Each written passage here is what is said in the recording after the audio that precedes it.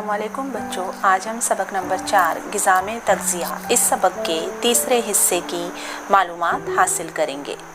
یہاں پر اس جدول میں اپنے ارد گرد کے حیوانات کا مشاہدہ کر کے ہمیں اس جدول کو مکمل کرنا ہے۔ گائے غذا کی قسم یعنی گائے کیا کھاتی ہے؟ گائے گھاس چارہ کھاتی ہے۔ اور غذا کھانے کا طریقہ کون سا؟ وہ اپنی غذا کو منہ سے دانتوں سے چبا کر کھاتی ہے۔ مینڈک کیڑے مکوڑوں کو کھاتا ہے۔ وہ اپنی زبان سے کیڑوں کو پکڑتا ہے اور نگل جاتا ہے۔ مختلف حیوانات نوچ کر، چبا کر، چوس نلی کے ذریعے غذا کو چوس کر غذا کو کھاتے ہیں۔ اب ہم ہمہ حیوانی تغذیہ یعنی ہولوزک نیوٹریشن کے بارے میں سمجھیں گے۔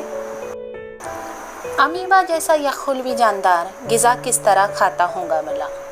امیبا میں ہاتھ منہ جیسے اعضاء نہیں ہوتے۔ یہ یخلوی حیوان ہے۔ یہ جسم کے کسی بھی حصے سے غذا جذب کر سکتا ہے۔ یہ غذائی ذرے کو سب طرف سے گھیر کر اپنے خلیے میں شامل کر لیتا ہے۔ اس کے بعد غذائی ذرے پر مختلف خامروں کا عمل ہو کر اس کا ہاضمہ ہوتا ہے۔ غیر ہضم شدہ حصے کو پیچھے چھوڑ کر امیبا کاذب پیروں کے ذریعے آگے بڑھتا ہے۔ امیبا، یوگلینا، پیرامیشیم جیسے یخلوی جانداروں میں تمام تغذیاتی افعال ان کے ایک ہی خلیے میں انجام پاتے ہیں۔ کثیر خلوی حیوانات میں غذا منہ کے ذریعے داخل ہوتی ہے۔ کیڑوں میں غذا کھانے کے لیے خاص اعضاء ہوتے ہیں۔ مثلاً جھنگر اور ناکتوڑا جیسے کترنے والے حشرات میں منہ میں پائے جانے والے جبڑے جیسے اعضاء اہمیت رکھتے ہیں۔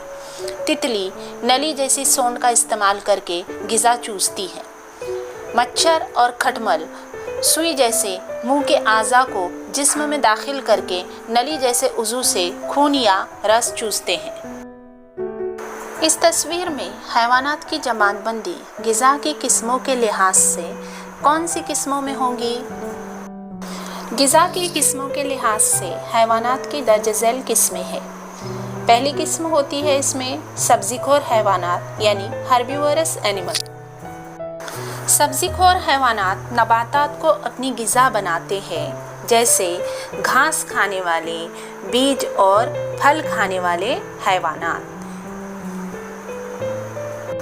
گوشت خور حیوانات یعنی کارنیورس اینیمل۔ کچھ حیوانات غذا کے لیے دوسرے حیوانات پر منحصر ہوتے ہیں۔ گوشت خور حیوانات بھی بلا واسطہ طور پر نباتات پر ہی انحصار کرتے ہیں، جیسے سبزی خور حیوانات کو کھانے والے، کیڑوں کو کھانے والے۔ ہمہ خور حیوانات اومنیورس اینیمل۔ کچھ حیوانات غذا کے لیے حیوانات اور نباتات دونوں کا استعمال کرتے ہیں۔ مثال کے طور پر بندر، چمپینزی اور انسان۔ ہمارے آس پاس پائے جانے والے مختلف جاندار اپنی غذا حاصل کرنے کے ساتھ ساتھ ماحول کو صاف ستھرا رکھنے کا کام بھی کرتے ہیں، اس لیے انہیں خاکروب اور تجزیہ کار کہتے ہیں۔ خاکروب یا اسکیونجرز یہ مردہ حیوانات کے جسموں سے غذا حاصل کرتے ہیں، مثلاً لکڑ بگا، گیدڑ، کوے وغیرہ۔ تجزیہ کار یعنی ڈیکمپوزرز یعنی چند خردبینی جاندار جو مردہ اجسام کے باقیات اور کچھ اشیاء کے سڑنے سے غذا حاصل کرتے ہیں، جبکہ کچھ قدرتی مادوں کو سڑنے کے عمل کے ذریعے خردبینی جانداروں کی نشوونما ہوتی ہے۔ گند خور تغذیہ۔ کچھ حشرات یا خلوی خردبینی جاندار مردہ اجسام یا فضا کی مائع نامیاتی مادوں کو جذب کر کے ان کا غذا کے طور پر استعمال کرتے ہیں۔ اسے ہی گند خور تغذیہ کہتے ہیں، جیسے مکڑی، چیونٹی، گھریلو مکھی وغیرہ۔ طفیلی تغذیہ پیراسٹک نیوٹریشن۔ کیا آپ نے پالتو کتے یا بھینس کے جسم پر چھوٹے چھوٹے حیوانات دیکھے ہیں؟ وہ کون سے ہیں؟ یہ حیوانات ان کی غذا کہاں سے حاصل کرتے ہوں گے؟ پیٹ میں ہونے والے گول دودے اپنی غذا کہاں سے حاصل کرتے ہیں؟